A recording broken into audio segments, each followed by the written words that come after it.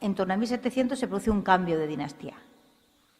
Ese cambio de dinastía nos enseñan, digamos, que Carlos II muere sin descendencia y que hay dos posibles herederos, que son Carlos de Habsburgo y Felipe de Anjou, y que finalmente es el Borbón, digamos, el que consigue hacerse con el trono de España. Hay, por lo tanto, un cambio de dinastía. Pero cómo se gesta y se afianza esa nueva dinastía en Madrid.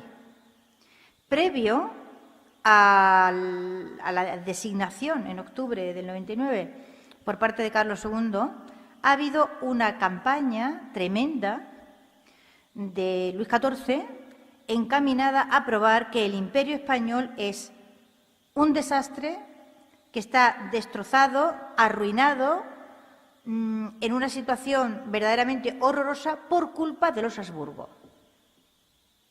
Luego, no debe un Habsburgo ser el que sea elegido, designado por el rey para heredar, porque los Habsburgo, está claro, que son incapaces de gestionar ese imperio adecuadamente. Nosotros, los Borbones, somos, ahora mismo Francia tiene una posición hegemónica, un enorme ejército, el más grande de Europa, los únicos capaces de mantener el Imperio español unido, luego no se mantuvo, y además somos capaces de arreglar económicamente y, en fin, todos los destrozos que han provocado los Habsburgo.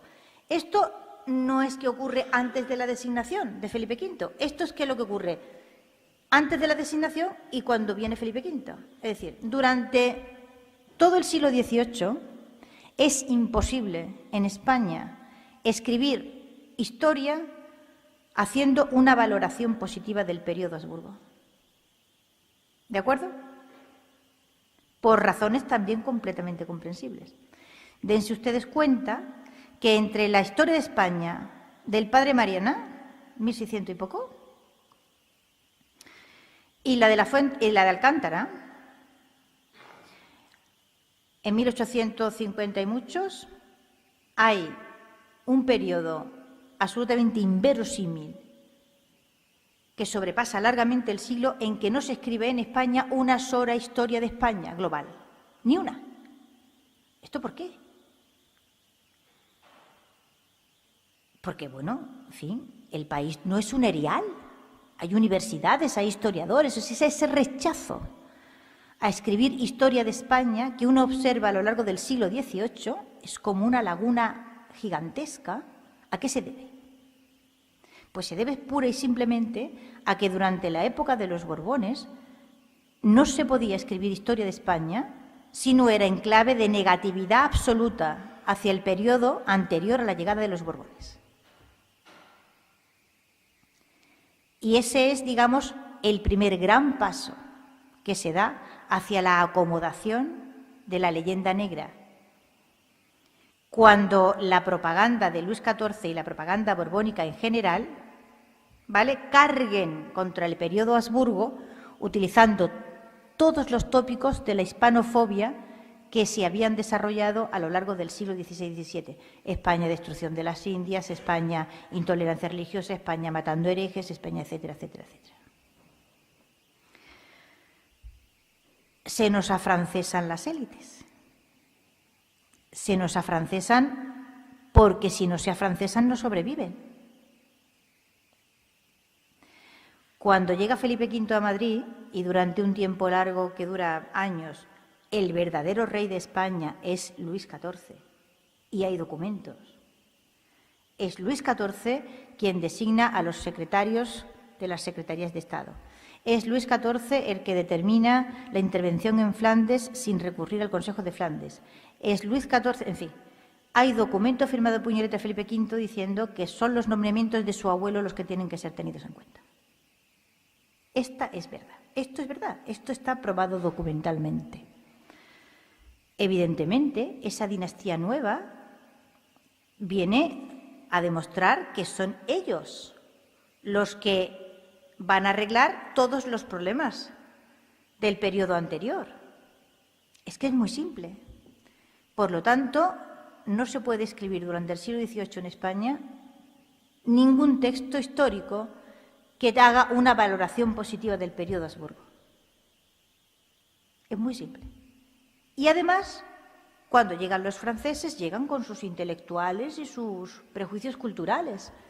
Los españoles empiezan a consumir historia de España escrita en francés.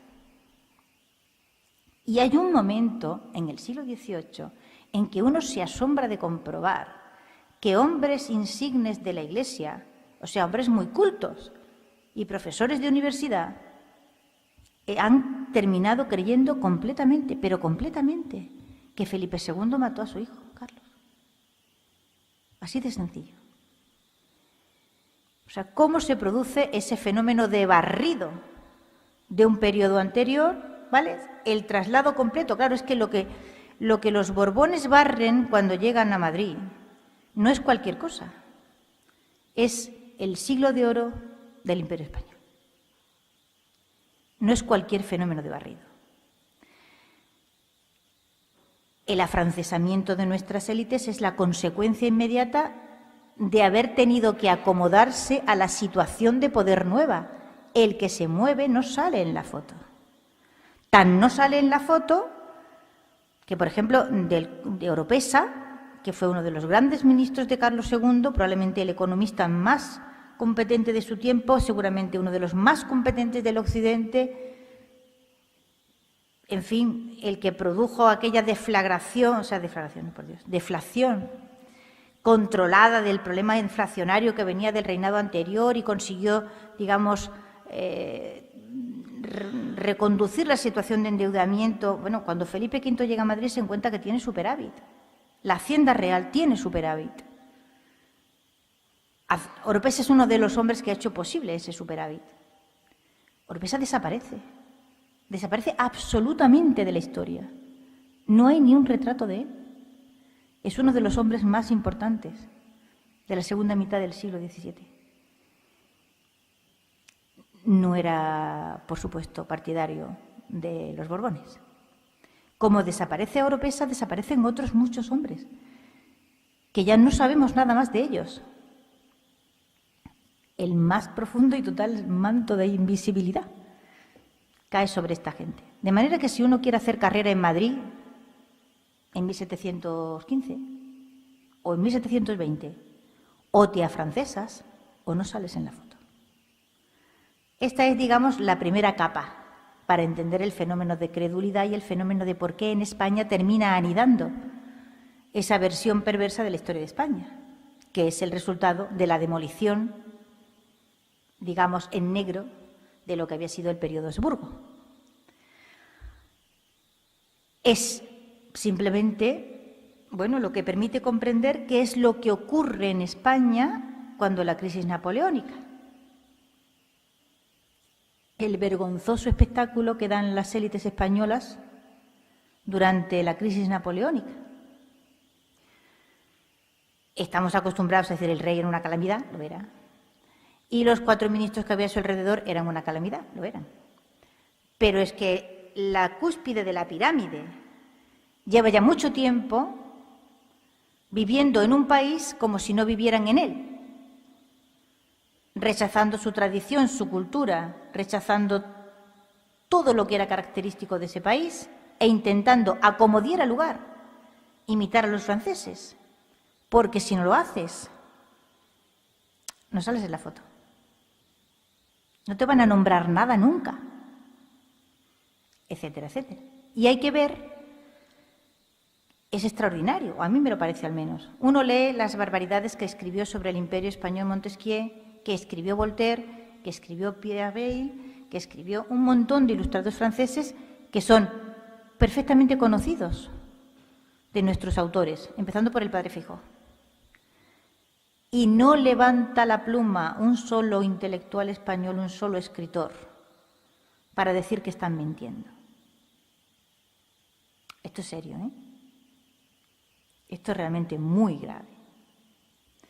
Y cuando la levantan, en 1782, cuando se publica la Encyclopédie Méthodique, y aparece con 40 columnas dedicadas a España, llenas de insultos, porque lo gordo de la Méthodique es que pasa directamente. Lo otro era puro desprecio y digamos, tergiversación de la realidad, pero Masson de Morvilliers va directamente ya al insulto, porque total, porque no los vamos a insultar, llevamos despreciándolos un siglo y no dicen ni mu, así que entonces ya directamente es cuando dice eso de los españoles son estúpidos, la España resta estúpida y esas cosas que ya sublevan al personal un poco, ¿no? Y hay una reacción, ahí hay una reacción, pero hemos esperado hasta 1782.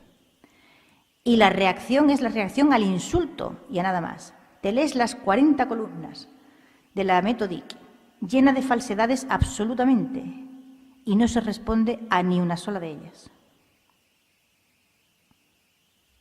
Fin. Luego viene, claro, la crisis napoleónica y ¿qué podíamos esperar que sucediera? Pues sucedió lo que sucedió.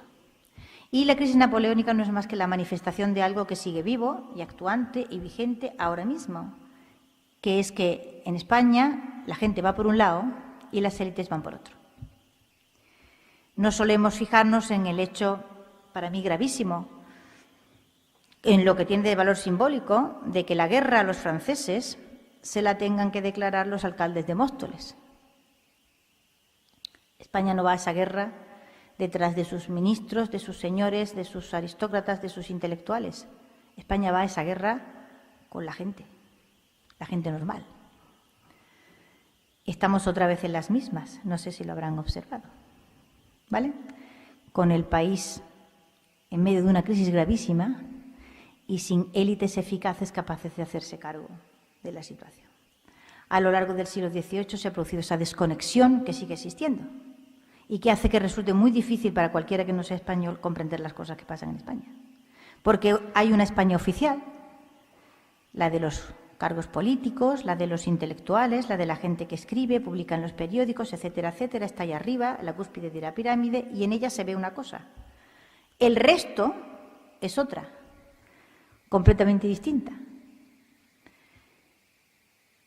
El resto está sanísimo, que es en lo que hay que confiar ahora mismo. Y es lo que yo le decía ayer, yo no tengo la menor duda de que el país sale adelante de esta crisis, como ha salido de otras en las que se ha visto.